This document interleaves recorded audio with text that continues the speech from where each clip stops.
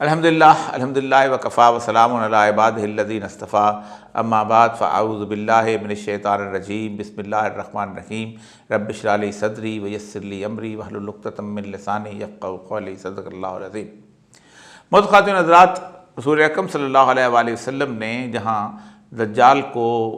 तमाम उम्मतों में सबसे बड़ा फितना करार दिया है और आप सल्लल्लाहु अलैहि वसल्लम अपनी हर नमाज में अत्तहियात के दौरान ये दुआ मांगा करते थे कि अल्लाहुम्मा इन्नी अऊज़ु बिका मिन फितनतिल मसीह दज्जाल, ए अल्लाह मैं मसीह दज्जाल के फितने से पनाह मांगता हूँ। वहीं आपने दज्जाल की बेशुमार अलामतों के साथ साथ एक अहम अलामत ये बताई है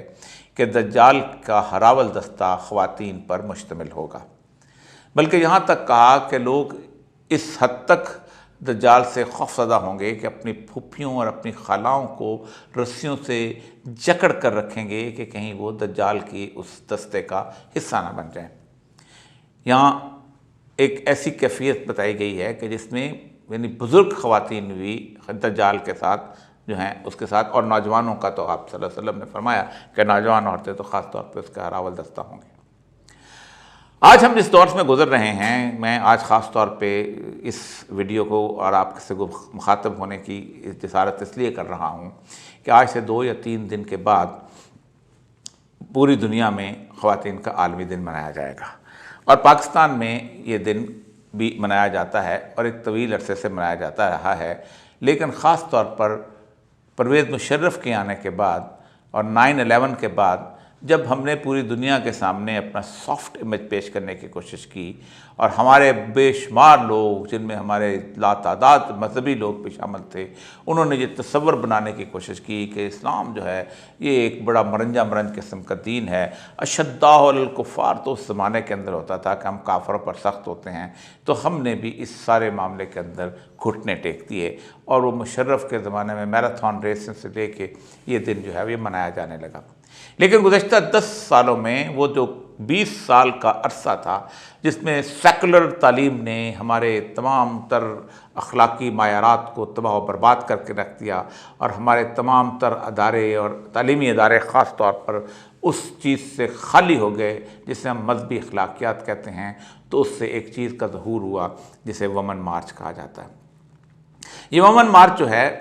इसको अब आज के दौर में सिर्फ अकेला वुमेन मार्च नहीं कहा जाता,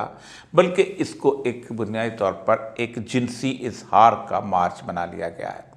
जिसमें ट्रांसजेंडर भी आते हैं, LGBT की बातें भी होती हैं, ख़वातीन भी आती हैं और ख़वातीन जो हैं वहाँ किस बात का जिक्र बिल्कुल नहीं करती कि हमें कौन कौन से हुकूक़ हैं जो मुयस्सर होने चाहिए।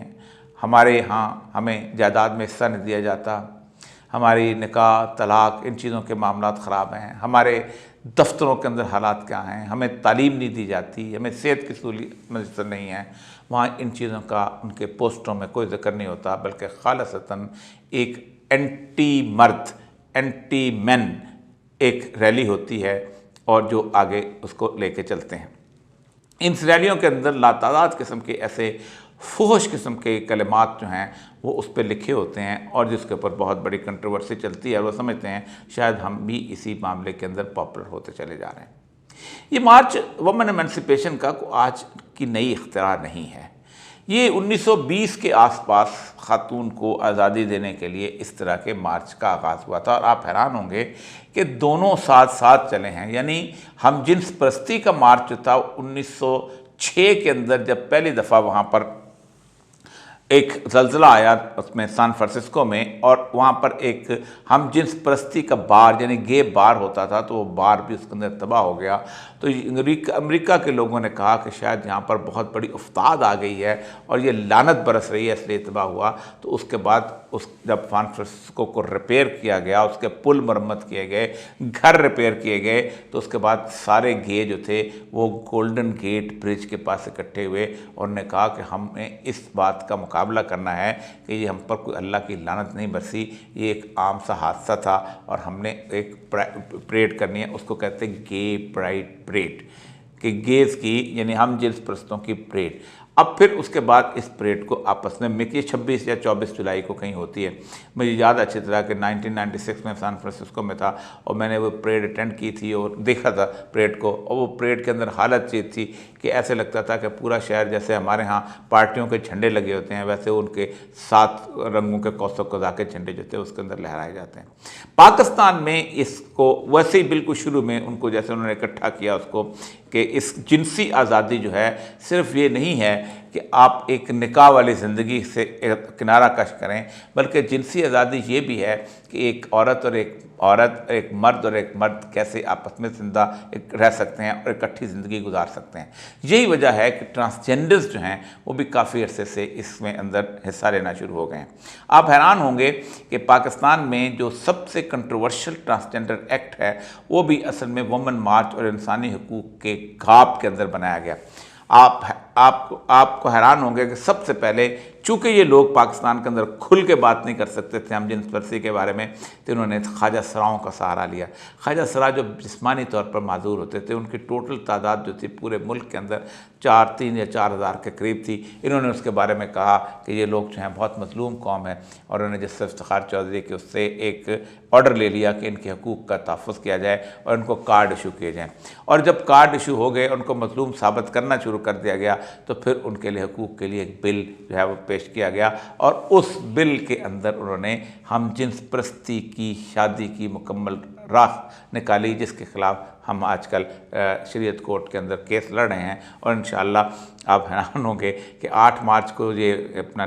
ये है, 9 मार्च को वहाँ पर शरीयत कोर्ट में पेशी भी है। लेकिन अच्छी बात जो है, जिस खुशखबरी के लिए मैं आपके सामने ये वीडियो कर रहा हूँ, और मैं चाहता हूँ कि पूरा पाकिस्तान इस बात की सपोर्ट करे कि लाहौर की डिप्टी कमिश्नर राफ़िया हैदर साहिबा ने, अल्लाह ताला उनको नेक तौफीक दे, उन्होंने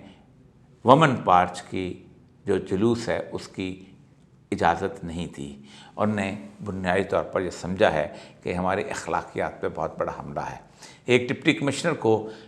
सेक्शन 144 के तहत ये पूरी की पूरी इजाज़त होती है कि किसी भी चीज़ को मुआशरे के लिए गलत तस्वर करते हुए उसकी इजाज़त न दे। पाकिस्तान के लोगों को इस मोहतरमा का साथ देना चाहिए। वो ख़ुद एक औरत है और वो समझती है कि औरत की आज़ादी की मूवमेंट नहीं, बल्कि ये जिनसी आज़ादी की मूवमेंट है। मैं वो आपके सामने नारे आपके सामने सुना नहीं सकता कि जो नारे यहाँ पर लगाए जाते हैं और जिस तरह के नारों के साथ जिस तरह के स्लोगन्स हैं इनके बैनर्स पे लिखे जाते हैं और जिस तरह की गुफ्तगू की जाती है। यहाँ तक कहा जाता है कि जब तक निकाह के अदारे को ख़त्म नहीं किया जा सकता तब तक हम आगे नहीं बढ़ सकते और हम आज़ादी मुकम्मल नहीं हासिल कर सकते। हज़रात गिरामी, मोअज़्ज़ज़ ख़वातीन हज़रात, ये वो हमला है जिसने मग़रब को तबाह किया, और मग़रब आज किसी भी अखलाकी मायार के हिसाब से अपने आप को साबित नहीं कर सकता कि उसके यहाँ क्या बुनियादी अखलाकियात हैं। 10 लाख बच्चे हर साल अमेरिका के अंदर